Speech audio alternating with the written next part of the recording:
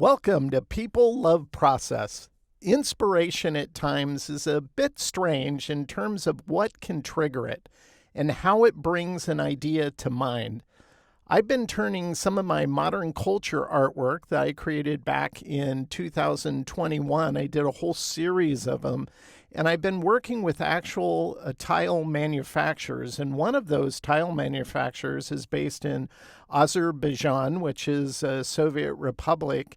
And after I sent him my art files, and he started creating prototypes to put in his little gallery in his tile shop, he told me he was going to ship me some tiles so I could see them firsthand. So I told him to send me a tile that he created so I could have some of his artwork in my studio as well.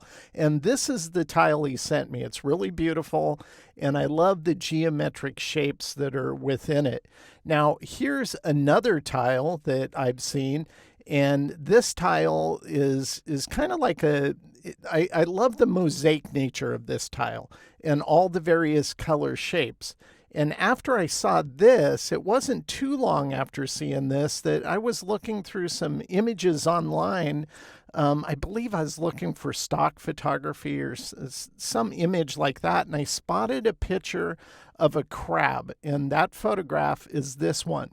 And as I started looking at the crab, it made me think, man, they're so symmetric of sorts and kind of shape driven. Their legs are kind of segmented into different parts. And then that's when the idea hit me. I should do a shape driven crab design, kind of like a mosaic of sorts. So in this movie, I want to show you how I created the design I came up with. So this is going to be fun. Let's jump into it. Now, I'm definitely going to use this crab as the source of my inspiration for my design. It's going to be a crab. But sometimes as you approach drawing, rather than just sitting down looking at an empty piece of paper, it's good to create what I call a drawing template of sorts.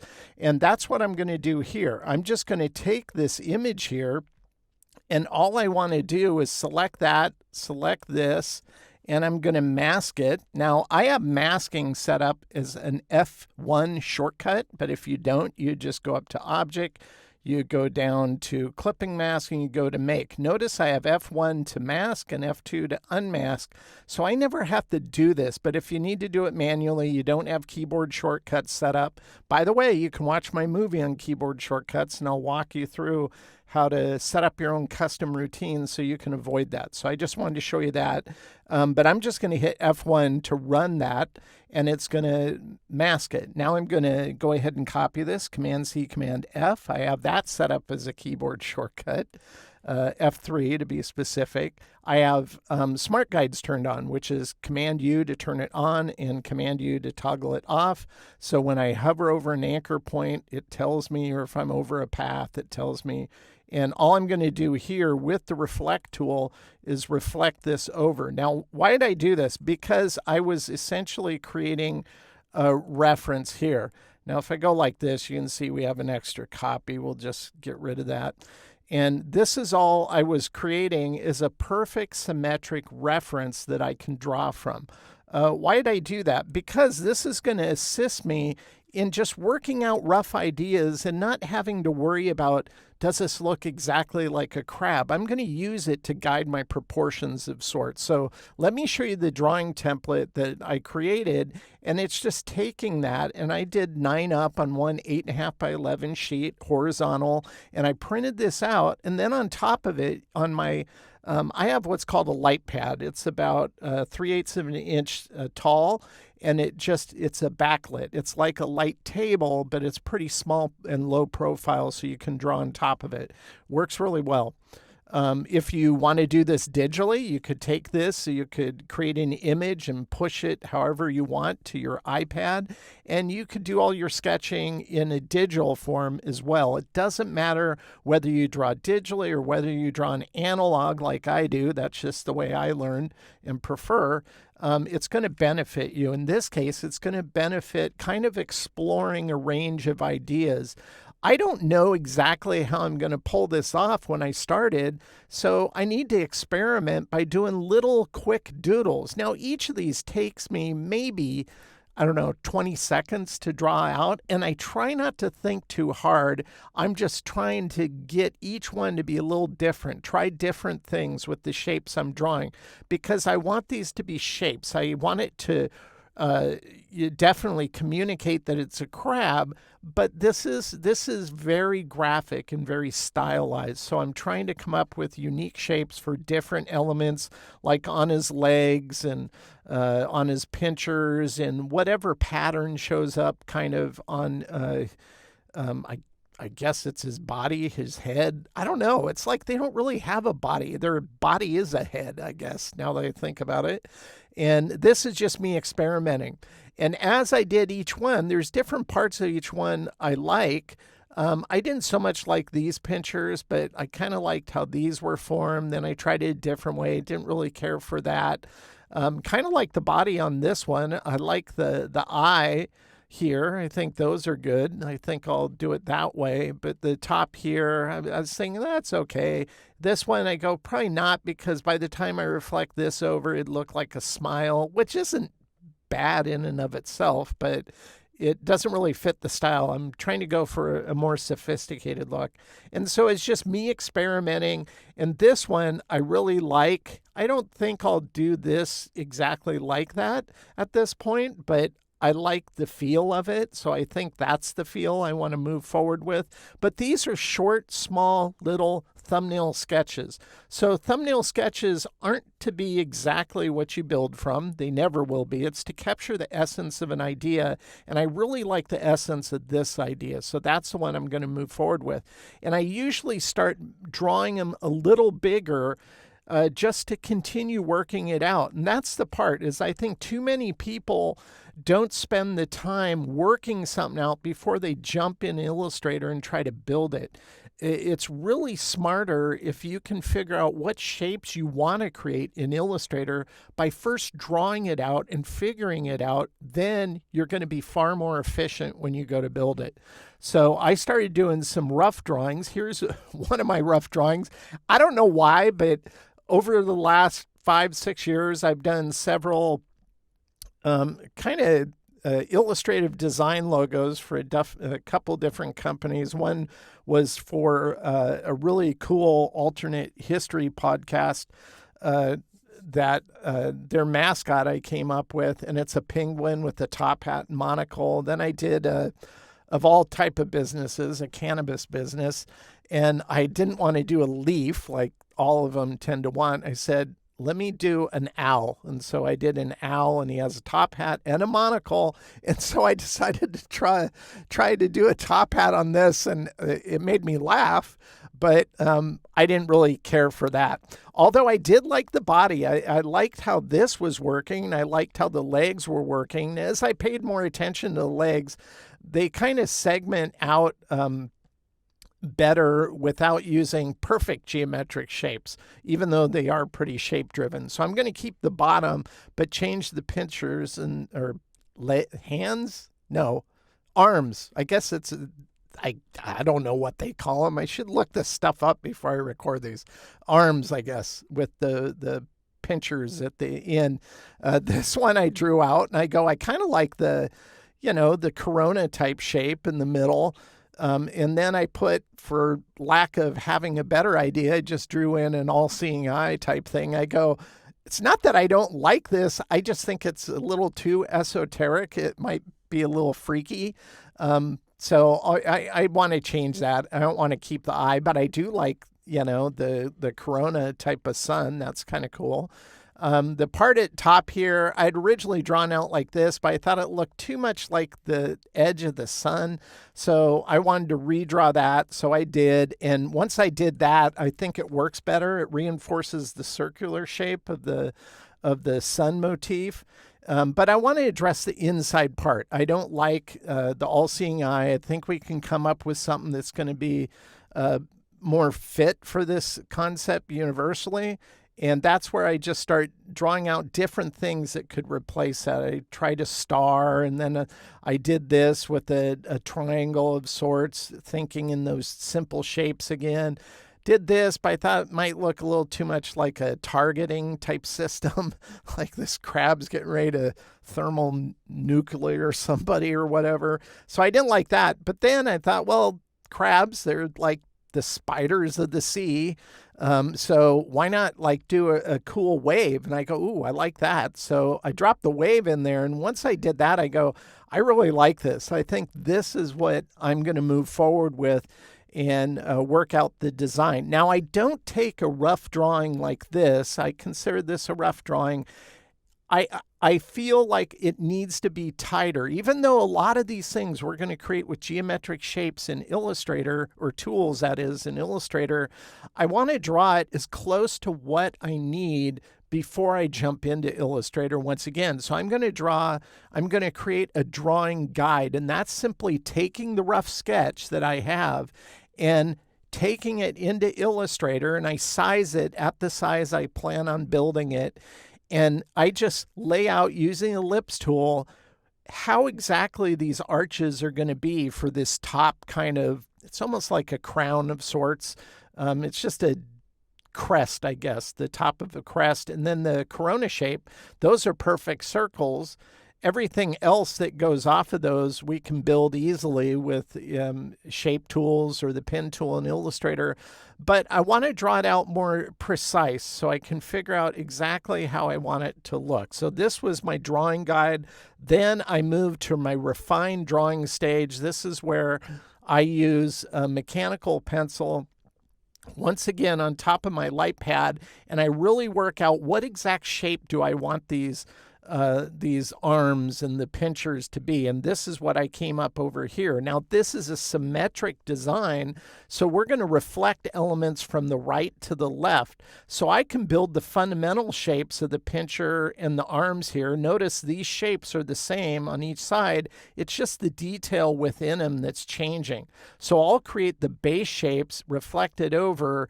And I kind of did that manually with my drawing so I could figure out the shapes that I want to use over here and how those kind of scale in reference to the pinchers and those type of shapes as well.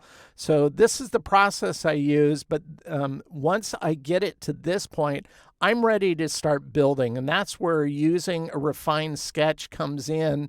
I scan it in. Once again, I have a flatbed scanner. One of the most used tools in my creative workflow, because I scan sketches in, I scan rough sketches or final sketches, a refined sketch, if you will, here. I'll go to the transparency palette once it's placed into Illustrator, and I'll either do 20 to 15%, and then I just lock the layer. And then it's a layer above it that I start building my shapes. Now, once again, we're going to zoom in on his body here, his head body, whatever you want to call it. Now I'm really curious, like if it's obviously his head because he has his little beady eyes that come off here, and they have these little antenna things, and all of his internal organs are in there. So it's his body, but it's also his head. It's kind of weird if you think I can't think of another animal off the top of my head that's body is actually his head too. That'd be kind of weird if it was like if goats were that way. Okay, getting off on a sidetrack there. I just thought that was interesting. Well, the first shape that I made was his body. This is easy. This just has 3 anchor points here. So because this is symmetric, I have a guide going down the middle to guide the center area. But you can see this is just simply pulling out the Bezier curve. These are corner anchors. There's only 2 types of anchors in Illustrator, corner and smooth. The top and bottom are corners, and this is a smooth. The smooth means the path, the path flows through that anchor in a smooth fashion from left to right, and then you can control it by moving this, but we don't want to do that.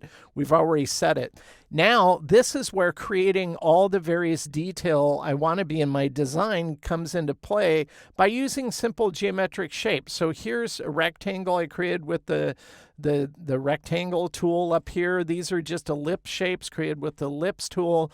And notice my underlying drawing. Does it perfectly line up? No, but it's close enough that I don't have to guess a whole lot.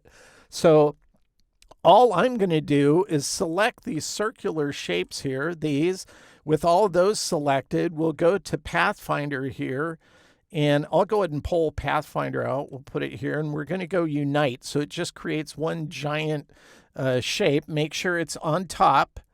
And then we're going to select this base shape we created, and we're just going to minus front. Think of a cookie cutter, and we're just kind of punching out to create the profile. Because if you look at the reference on a crab, their front end, it kind of isn't perfectly smooth. It kind of has these scallop edges, and it looks cool. So I wanted to reflect that without getting too detailed or too literal. So I even deduce shape and form when it comes to that type of attribute on a crab. But once we have that done, we have everything needed to build the base elements here. So with the body selected, with this rectangle, I'm going to go ahead and make a copy of both of these after I select them. And Command-C, Command-F. Once again, watch my keyboard shortcuts because I didn't go up here and go Command-C and then go back up and go Command-F because I have that as a keyboard shortcut, the F3 key. So I just hit F3 and it made those copies for me. Once I did that, I'm going to go intersect. So wherever the two shapes overlap, it creates a new shape. This is the shape it created. Then this one, making sure the rectangle is still on top. I'll select that, select the body, and go minus front. So we did all that just to get these two shapes. And that's the methodology I'm going to use moving forward. Now, many of you at times have asked me about the shape building tool. Don't worry, I'll show you when that comes into play because not everything is easy to do with the Pathfinder. It's much easier doing it with the shape building tool. I use both because I find the Pathfinder for the majority of shape building goes faster than the shape building tool. The shape building tool, you kind of have to have all your ingredients in place before you use it. With Pathfinder, you can just pick and choose as you go along. So that's why I favor that most of the time over the shape building tool. So here we're continuing to build. And if we go over here, you can see we have these two shapes. So all I'm going to do is select this shape, which is the crab's body, and this shape, clone it, Command-C, Command-F. And then we're just going to go intersect to create the new shape we want, like this. You might be wondering, well, why'd you leave that one there? You're going to see that in a second. I'm going to select this, select the body, and I'm going to go ahead and clone those, Command-C, Command-F. Go ahead and go to intersect, and we get that second part. I'll take the two shapes we originally used, unite them together into one shape, make sure it's on top of the body, and now I'm going to punch through like this, and you might have to go ungroup, and then that breaks this up into 4 parts like that because we want to be able to color these each differently. So let's go and undo that. Now, the next thing I want to do is I want to break this up. You can see on my drawing, which isn't perfect. Once again, doesn't matter. We want this into 4 quadrants here. So we could color each of these quadrants a different color. So the way I'd handle something like that is I would start here at this corner and I do something like this, then I hold shift down. Shift just makes sure it snaps 90 degrees, and I go like this. Then I go back and I'd start from this side, hold shift down again to snap it 90 degrees, and I'd create a shape like this. This one we can delete using the remove anchor point tool in the toolbar at top. So now I have that quadrant area established. Now I'm going to clone this, Command-C, Command-F, go to the reflect tool. Because I have smart guides, I can hover over the anchor, reflect that over. I can take both of these, clone them, Command-C, Command-F, go to this anchor and reflect it down that way. Now we have everything we need, so all we need to do is clone this one time, select this shape, and go intersect, clone it again, select this shape, and go intersect. And we're going to go ahead and we'll go ahead and move that to the front, and we'll clone it again. Select that, select this quadrant, intersect, and then the last one, we'll take that, take this, and intersect it. So all we did is create those 4 parts that wrap around this diamond shape, and that means all those can be colored. So it's not hard. It's just thinking in shapes, building in shapes, and it makes the process go faster. So if I want this element, I want to go ahead and take this, and we're going to go to Object. I'm going to go to Path. I'm going to go to Offset Path. And I believe I want this around 6 points, not 10. So let's see what 6 looks like. That looks good. So we just offset it to create that shape. That's fine. Next thing I want to do is I want to take this shape, the body shape of the crab. I'm going to clone both of these, Command-C, Command-F. Once again, that just makes a copy of those. And now I'm going to go intersect, and that gives me this shape down here. I don't need it to go all the way down, so I'm going to take this shape, and I'm going to go ahead and take the body shape, and I'm going to clone it again and go intersect. So all I did here is it creates these 2 shapes, but I still have the copies of the other one because I want to take this one, which is on top, and I'm going to take the first one I offset, and I'm going to go minus front like that, because this one just needs to be that. It doesn't need to go all the way down to the very bottom. We'll take this one. Let's go ahead and fill this. Make sure it's on top. And by the way, that on top, when I say that, it's Object, Arrange, Bring to Front. Notice I have F5. Once again, keyboard shortcut saves me so much time. So with this on top now, by the way, I can go F4, it sends it to the back. F5 brings it to the front. That's way faster. If you're building in shapes and doing vector building over the course of a year, let's say just a year. Keep in mind, I've been using Illustrator for going on 21 years now. That's a lot of time going up here, click, pull down, go over here and click. You're saying, well, it's not that much time. Well, take 7 seconds and times it by how many thousands of times you do that in a given year. It adds up. So you want to save time. So create keyboard shortcuts. We're going to just go minus front. And now we have everything set up here to colorize. This is a separate shape. This is a separate shape. And this is. So that's how I'm going to do fundamental shape building. Let's keep kind of marching forward. Let's turn on this one. And this is where shape building tool comes into play. We have the quadrant in the bottom left of the crab's body here. And I have all these shapes here. And so I'm just going to select those, select this, and we're going to go to the shape tool here, the shape building tool. And by default, it's going to show you a cursor with a plus right by it. This would add to. So we want a minus from. So we're going to hold Option down, and it changes from plus to minus. And we're just going to drag through the areas we want to minus like this. So I'll drag through those areas. We'll drag through these areas. We'll go ahead and drag through those areas like that.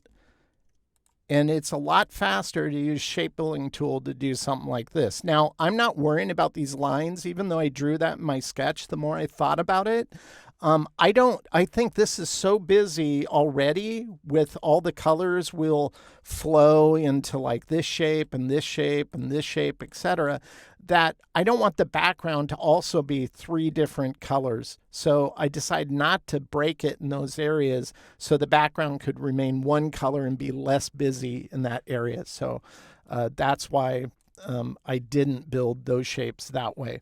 So let's go ahead and jump to another detail, and that's the antenna here. So we'll turn this off, turn this on. You can see his little beady eye there. That's an easy shape. I think I shared this story when I was doing the shape building movie on the channel, and that is doing dotted lines. That was the first thing I couldn't figure out in Illustrator when I switched from freehand that I had used for 15 years. And I'll tell you, it's been 21 years. I've used freehand 6 years longer than I ever used Macromedia, I've used Illustrator. Let's see, I used freehand 15 years. I've used Illustrator now 6 years longer than I used Macromedia freehand. But in all that, in 21 years, Adobe's never improved this. That just gives you an idea of, I don't know, how sloppy they are development-wise at times. So to create a dotted line, it's kind of convoluted because you have to check dashed line. Well, I don't want a dashed line. I want to create a dotted line. Well, you do it by selecting dash line. So there's the first thing that threw me off when I tried this so many years ago. I was looking, where's dotted line? Where'd they put it? I can't find it. Well, you start with the dash line. Well, that's not very intuitive. Nope, it's not intuitive at all. So we're going to go 0 here for the dash. That means nothing. It's still just a stroke. And then on the gap, we're going to put, let's see, we'll do, 6, like that. And you might be going, well, those look like little dashes. That's because we only have a 0.75. So we're going to go up here and change this to 1, 2, 3, 4. Well, those are still dashes. They're not dots. And you're right. And as I was first, God, this frustrated me so much back then. I remember doing this, just going, what? This makes no sense. Why wouldn't an engineer came up with it. Okay, well, that makes sense because that's the way they think. They're just paying attention to raw math. This is not good UI, and it's certainly not good UX. It's very frustrating. To get it to be the dot, you have to click on this round cap. We're on a flat cap. Click round cap. Boom.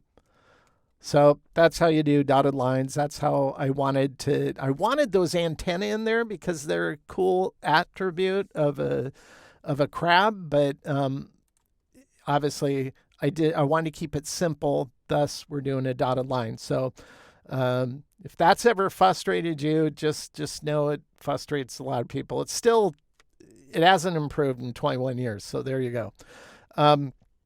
If you're going to outline this, you'd have to go to expand appearance like that. And then you'd still have to go to ungroup. And did I do that right? Let's try that again. I'm busy telling you a story, not paying attention to what I'm doing. There, outline stroke. My bad. But notice, okay, Illustrator knows we want those dots, but it still decides to put extra anchor points, which kind of frustrates me. I'm not going to bother to go in and change those because I'll just show you how I do that. I just go into it's not group. I go into this shape here. I'd select the ellipse tool just so you can see. Let's do a different color. And I just do a perfect circle. It only has 4 anchors. Select this because this is still a perfect circle. You only see those anchors when you select it. So if you look at it like this, it looks fine. And there's no problem here. This is why I'm sure Illustrator doesn't consider this a bug. I just think it's sloppy because it should be smart enough they can have Sensei do all this stuff now. Why can't it be smart enough to know I want a circle and not something with all these useless anchors I don't need? But that's neither here or there. I'll focus on this. By the way, if you don't know how to do that, select 2 shapes, hold Option down, click the shape you want it to focus on. Then you can go align to center, both ways. Boom, it's perfect. All you have to do now, if you have smart guides turned on, is scale this up until it snaps. Oh, and you can see that circle isn't absolute. Well, that's interesting. I never noticed until I zoomed in on it. Wow. Okay. Well, that's actually, wow. Okay. I did not ever notice that.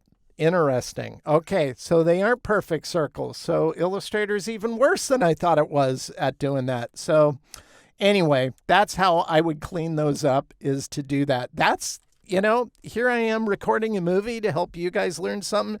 I just learned something else about Illustrator. It's going to annoy me now. So there you go. Okay, let's keep marching on. That's the antenna. I add the wave in it. The wave's easy. Once again, anything you build in vector form, think in shapes. It's going to make it easier. It's easier to build this, and then don't try to work out the circular shape here. Just do a circle, and then you can just simply round out, or in this case, do that, extend it. Now you have everything needed to create that wave like this. You can take this shape, clone it, Command-C, Command-F, select this, intersect it, and you get everything you need. Now, ultimately, I got the inner parts too. I'm just not going to spend time showing you all that. So now we're working with something that goes left to right in terms of the core shapes of the arms here. So I just want to walk through a couple things there. So we have this shape overall. Once again, the outer right side is the way I want it. Everything else, I'm going to edit it. And so what I'm going to do first is I'm going to go ahead and take this shape, which is nothing more than a throwaway shape. Notice how it aligns with my underlined drawing, the blue shape here. I'm going to take this, and I'm going to clone it, Command-C, Command-F, select this, and I'm going to trim it, or minus front, as the engineers like to call it. And we'll take this shape, we'll go ahead and bring it to front. And we're going to take this shape, and we'll go ahead and trim that as well. We'll make a copy of the large pincher shape. Command-C, Command-F, select this shape, intersect, so it aligns with that edge. But you're going, well, what about that? Well, that's where shape edits or more throwaway shapes come in. So we're going to take this, select the big pincher, minus front, and that gives us that nice gap here, like that. And then we'll take this shape, we'll clone it, we'll take this shape, intersect it, and that works that out. And you might be going, well, what's up with down here? Well, this is where, once again, if you think in shapes, it's going to make it easier. So all we're going to do here is we're going to take this shape, we're going to go to Object, Path, we're going to go to Offset. And this is one reason why I use offset. I do this on so many things. We're going to do it 10. That offsets the shape. Let's go ahead and color it. We just want to make sure that this is, in this case, on the right layer above this pincher art. And then we can just simply go minus front, and it cleans that all up and builds that shape the way we want it. So that's why I use offset. Offset's awesome. I know the last time, maybe they have it in Affinity Designer already, but that's one of the features it lacked for a long time. I'm assuming it's in there now. It should be. It's a very basic vector methodology. So our design, again, is a symmetric design, meaning it reflects from the right to the left. So you can see all the base shapes of the pinchers I brought to this side because I need to work out the detail, but I wanted them to be formed the same way as here. So that's pretty common. And we'd select all the legs on this side because I'm going to use the same shapes on left and right, including the antenna. So we'll select both. We'll clone them, Command-C, Command-F, go to the Reflect tool, find a central anchor point, reflect those over. They'll be different in terms of how they're colored, but in terms of their shapes, that's exactly the way they'll look. Let's work out a few more details. Here's all the shapes I'll use to do the final detailing on the pinchers on the left like that. And that's a lot of fun to kind of work out. And then ultimately, we have all of our base shapes looking like this. And I think that looks pretty cool there. This comes down to where the fun happens, and that's the tonal family. Now, a lot of people have asked me, why do I have these kind of color shapes out here? Why don't I just select shapes, go over here, let's say you want this red and do that. Well, that's fine, but notice it still has outline, so I'd also have to select outline, go no outline. When I use freehand, I still miss this feature so much. For 15 years, I could drag swatches to the desktop. And the cool thing about it is I could select shapes and just click the swatches on the desktop and they'd color. It was really a fabulous workflow method. And when I got to start using Illustrator, I really missed it. So now I just do kind of the same thing, because if I use the eyedropper and I go ahead and just sample that, it'll apply it to that, but it's going to apply the same attributes. This doesn't have an outline, so guess what? This won't. So that's kind of why I do that. It just speeds up the process a little more. I'll select shapes like this. This one will be blue. We'll select this. Maybe that'll be orange or yellow, We'll do green there. Maybe the bottom here is also yellow.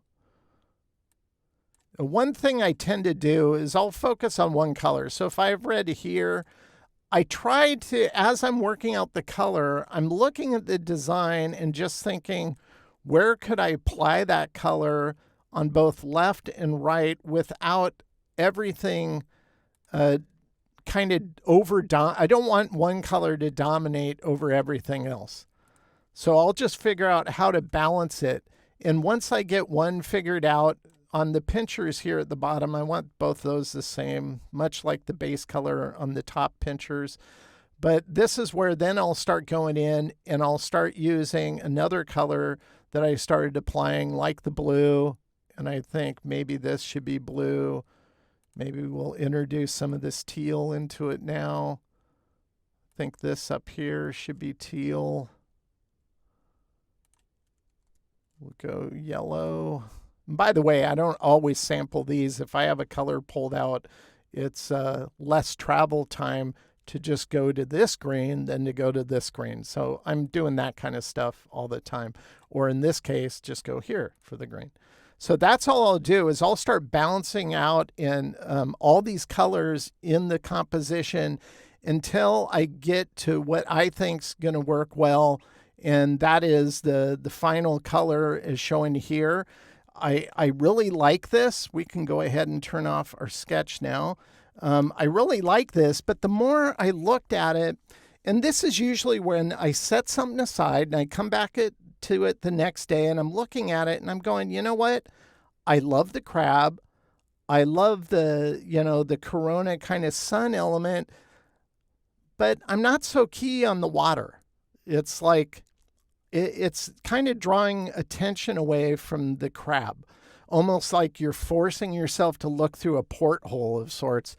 And I don't like that. So I decided to create a new kind of sun motif where I just simplified it. And as soon as I did this, I go, oh, that's it. That looks way, way better. So the final art definitely has that. And one thing you'll notice, I turn on this final art layer at the bottom. Notice the pinchers. I had the bottom one on the left and right. They're both red. And then when I moved to the final art, I still made one more change after not looking at it for a day and coming back to it with fresh eyes to break that shape up and to create more color there, which I like even more. So always be willing to art direct yourself. That's always a good thing to do.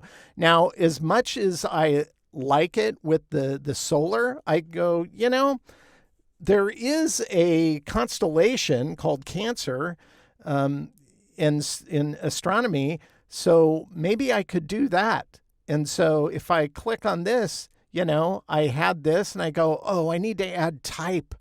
Put some type down here with Cancer. And I've been working, I always have projects on the side, and I've been working on a font development called Forma Font. Whether I ever finish it, I don't know. Hey, it might become a channel members exclusive. I'll do that. That's what I'm going to do. Let's turn this on. This just shows you a screen capture I did showing you within the file where I started working out all the different letter forms. It'd be an OTF font, so it'd have alternates for different letter forms. But all of these are uppercase. And so, but I like the styling. I think it would match the Colorform style. So I decided to customize a few lowercase ones because I have an A and an E and an R that kind of work that way. And I think those work really well. And I kind of removed the gap in between the shapes for the C and rotated it so it just looked better for this style. And I kind of like that. I think that's kind of cool. Now, I wouldn't just use this on a white background as much as that looks cool. I think it works really well on a dark background, especially with the saturated colors, because you could do some with this and you could show the actual constellation of Cancer like this. And it would be fun to kind of maybe do a series with this. I don't know. I still think my favorite, though, is the one with the sun motif in the center. The corona just looks cool, in my opinion. And if you had to put it in a real world context, I actually did a search and I found a place in Florida called Crab Beach. And I go, there you go. And so I mocked this up with for Crab Beach. Now, one thing when I pair logos, usually brand identity marks, and I'm setting up things for a client to kind of do a presentation or to show them how it could be used in the real world, that type of thing, to kind of let them capture the vision of where it could go. In this case, when I was aligning it, I paid attention to this horizon line on the water. I just like the fact that it just goes right into the straight edge across the design. So I tend to pay attention to that kind of detail. But anyway, I think I really love how this design came out. It's kind of like a mosaic, but I decided to call this style Colorform because I think it fits it better. This style would be great for t-shirts and stickers, and I think it might be fun creating the other constellation themes as well. That'd be a lot of work, and a big commitment, but I'm kind of thinking I might do that whenever I have some spare time. Every now and then jump back on it, do another one, and see where it goes. So when you find yourself in those mundane moments, browsing online, scrolling through social feeds, or viewing things around you, and something piques your interest, don't ignore it. Instead, take note of it and act on it. You never know where it's going to lead, creatively speaking. Thanks for those who have become a member of this channel. I appreciate the support and slowly working on some member-only content I'll be sharing with you. Once again, I might turn that font into member-only content. That'd be kind of cool. If you like this movie, I'd appreciate you sharing a link to my YouTube channel with someone you think would like it as well. And remember, exercise files are available through the link in the movie's description below. Thank you for watching People Love Process. And as always, I hope this content helps you to improve your own creative process.